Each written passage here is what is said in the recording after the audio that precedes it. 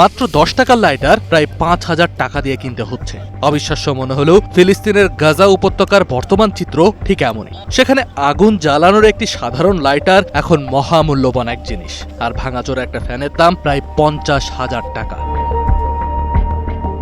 গাজায় যুদ্ধের আগে স্থানীয় মুদ্রা 1 শেকেল বা প্রায় 37 টাকা দিয়ে 3-4টি লাইটার পাওয়া যেত।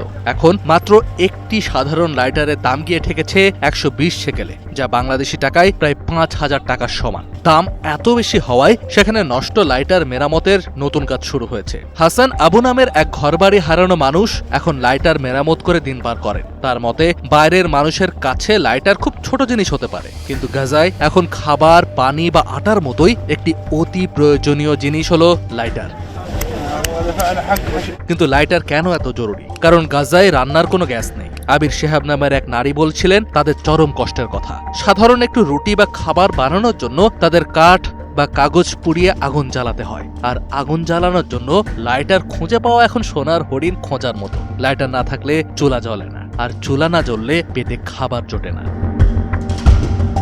শুধু লাইটার নয়, গাজার মানুষদের আর এক বড় কষ্টের নাম তীব্র গরম। গ্রীষ্মের প্রচন্ড গরমে ছোট ছোট তাঁবুগুলো একেবারে চুলোর মতো তেতে থাকে। সেখানে একটা ফ্যান বা বৈদ্যুতিক পাখা বেঁচে থাকার বড় একটি ভরসা। সেই ফ্যানের দাম এখন প্রায় 50,000 টাকা। এরপরও এত দাম দিয়ে বাজারে ফ্যান পাওয়া যাচ্ছে না। মোহাম্মদ আবু এল এনাইন নামের এক বাবা তাঁবুর ভেতর বসে কাগজের টুকরো দিয়ে বাতাস করে তার সন্তানকে ঠান্ডা রাখার চেষ্টা করেন। গরম সইতে না পেরে তারা বাচ্চাদের গায়ে পানি ছিটিয়ে দেন। আক্ষেপ করে তিনি বলেন, গাজায় ফ্যান ঢুকতে দিলে কি এমন ক্ষতি? এই ফ্যান দিয়ে তো কেউ আর রকেট বানাবে না।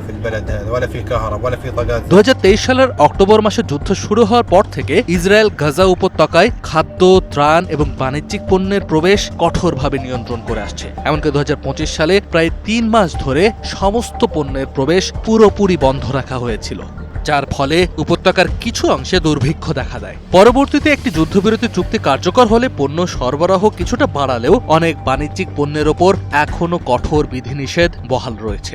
গত প্রায় 3 বছর ধরে গাজায় ফ্যানের কোনো নতুন মোটর প্রবেশ করেনি বলে স্থানীয় কারিগররা জানিয়েছেন। যেহেতু গত প্রায় 3 বছর ধরে গাজায় ফ্যানের নতুন কোনো যন্ত্রাংশ বা মোটর ঢোকেনি, তাই মানুষ এখন ভেঙে পড়া বাড়ি, ধ্বংসস্তূপের নিচ থেকে পুরনো ফ্যান খুঁজে বের করছে। ফ্যান মেরামতের কারিগর মোহাম্মদ আবু আলওয়ান জানান, তারা পুরনো ফ্যানের নষ্ট পার্টস জোড়াতালি দিয়ে কোনো মতে বাতাস খাওয়ার ব্যবস্থা করছেন। আমাদের কাছে যে লাইটার বা ফ্যান খুব সাধারণ জিনিস, গাজার মানুষের কাছে তা এখন টিকে থাকার এক বিশাল সংগ্রাম। কাজী নিশাদ, ডিবিসি নিউজ ডেস্ক।